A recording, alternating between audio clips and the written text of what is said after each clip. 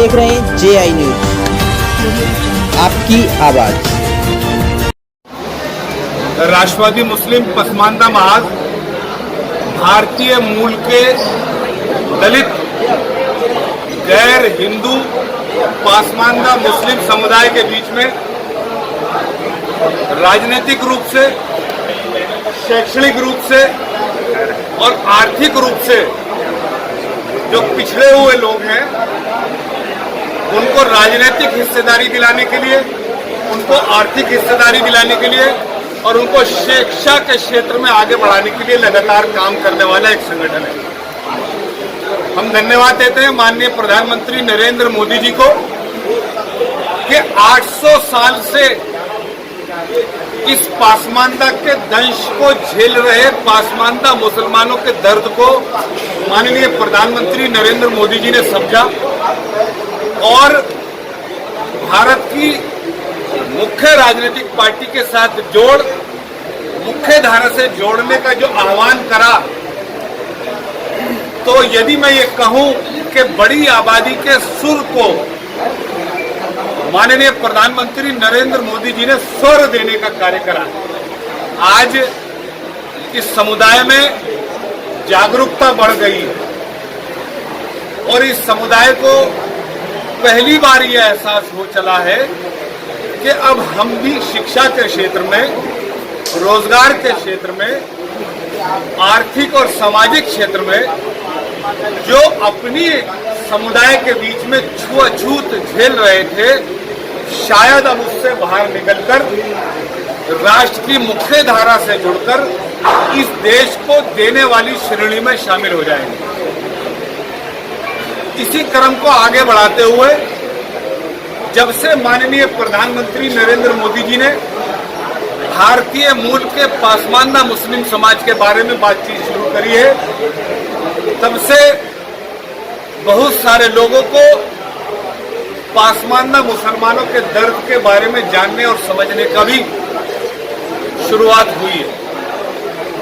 इसी क्रम में राष्ट्रवादी मुस्लिम पसमानदा महाज आगामी 13 नवंबर को उत्तर प्रदेश के बरेली जिला में नेहरू युवा केंद्र के स्टेडियम में इस पासमानदा समुदाय की सुर को स्वर देने के लिए माननीय प्रधानमंत्री जी को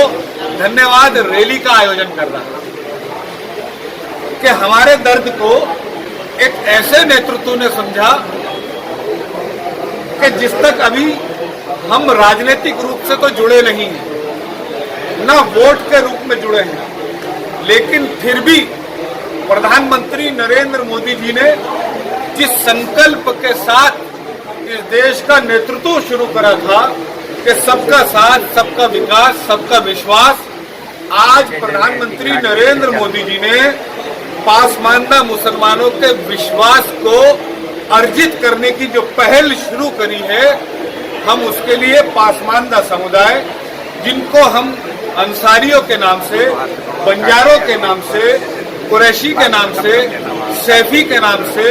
अलवी के नाम से, राइन के नाम से, झोजे के नाम से, बन गुजर के नाम से, डोम के नाम से, मिरासी के नाम से, गाड़ों के नाम से, इत्यादि इत्यादि नामों से जिनको हम जानते हैं, ये सब समुदाय मिलकर प्रधानमंत्री नरेंद्र मोदी जी की धन्यवाद करेंगे। और हमारे इस कार्यक्रम में मुझे ये बताते हुए आप लोगों को बड़ी खुशी हो रही है कि उत्तर प्रदेश भारतीय जनता पार्टी के यशस्वी अध्यक्ष श्री भूपेंद्र चौधरी जी, ओबीसी मोर्चा के राष्ट्रीय अध्यक्ष, भारतीय जनता पार्टी की पार्लियामेंट्री बोर्ड के सदस्य, उत्तर प्रदेश से राज्यसभा सांसद डॉक्टर के लक्ष्मण जी भी उपस्थित रहेंगे और भारतीय जनता पार्टी अल्पसंख्यक मोर्चा के राष्ट्रीय उपाध्यक्ष श्री जमान सिद्दीकी जी भी उपस्थित रहेंगे। पासमानदा समुदाय की आवाज को उत्तर प्रदेश की विधानसभा में जोरदार तरीके से रखने वाले श्री दानिश आजाद अंसारी भी अपनी गरिमामयी उपस्थिति दर्ज कराएंगे और उत्तर प्रदेश भारतीय जनता पार्टी अल्पसंख्यक मोर्चा के यशस्वी और जुझारू अध्यक्ष कुंवर बासित अली जी भी वक्ता के रूप में हमारे इस कार्यक्रम में रहेंगे। इसके अतिरिक्त भारतीय जनता पार्टी से संबंधित अन्य विधायकगण, सांसदगण भी इस कार्यक्रम में अपनी उपस्थिति दर्ज कराकर पासमानदा समुदाय द्वारा प्रधानमंत्री जी को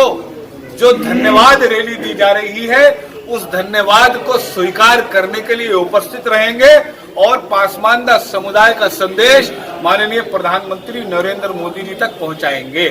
मुस्लिम टिकट कितने देगी, मुस्लिम विधायकों को टिकट कितना देगी? हमारा मानना यह है जिसकी जितनी साझेदारी उसकी उतनी हिस्सेदारी। साझेदारी बढ़ेगी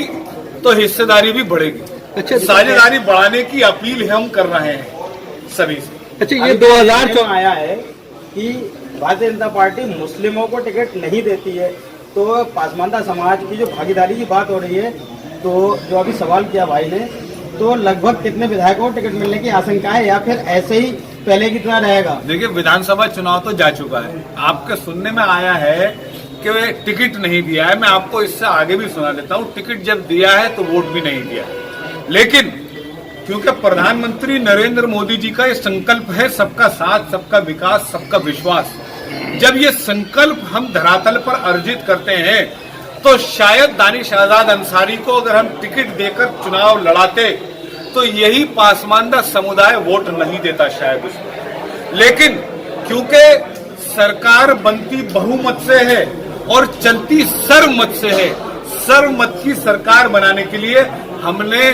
3 MLC बनाकर और दानिश आजाद अंसारी को मंत्री बनाकर उत्तर प्रदेश की सरकार सर्वमत से चलती है, इसका भी उदाहरण। तो आपका मानना यह है कि अगर भारतीय जनता पार्टी किसी मुस्लिम कैंडिडेट को टिकट देगी तो वो जीतने की स्थिति में नहीं होगा? अगर जीतने की स्थिति में होगा तो 100% दिया जाएगा। भारतीय जनता पार्टी 2024 में जो चुनाव लड़ने जा रही है, इसमें पासमानदा समाज के किसी भी व्यक्ति को क्या गृह मंत्री बनाया जा सकता है? पता नहीं, ये तो देखिए, ये तो समय बताएगा कि किसको बनाया जाएगा, क्या नहीं बनाया जाएगा। पहले अभी आपने हिस्सेदारी की बात की है कि जितने जिसकी हिस्सेदारी उतनी उसकी वोट। अगर गृह मंत्री लायक पासमानदा समुदाय, देश का 85% पासमानदा समुदाय भारतीय जनता पार्टी को वोट करने लगेगा तो जरूर हिस्सेदारी नहीं मिलेगी। क्या 2024 के इलेक्शन के लिए बीजेपी पासमानदा समाज को लॉलीपॉप दे रही है या उसके लिए जमीनी स्तर पे भी काम करेगी सत्ता में आने के बाद? क्या यही सवाल आपने कभी समाजवादी पार्टी से किया है? क्या यही सवाल बहुजन समाज पार्टी से किया है? राजनीतिक पार्टियां हैं, राजनीतिक पार्टी लगातार अपना जनाधार बढ़ाने की कोशिश करती है। उसी क्रम में अगर किसी एक समुदाय की ओर भारतीय जनता पार्टी हाथ बढ़ा रही है तो इसको खुशाइंद कहना चाहिए। भारतीय जनता पार्टी 2014 में 272-73 सांसदों के साथ थी, 2019 में 303 सांसदों के साथ है भारतीय जनता पार्टी, और हमारी ये तैयारी है कि हम 2024 में 350 सांसदों के साथ अपनी सरकार बनाएं, तो उसके लिए हमको अपना जनाधार बढ़ाना है।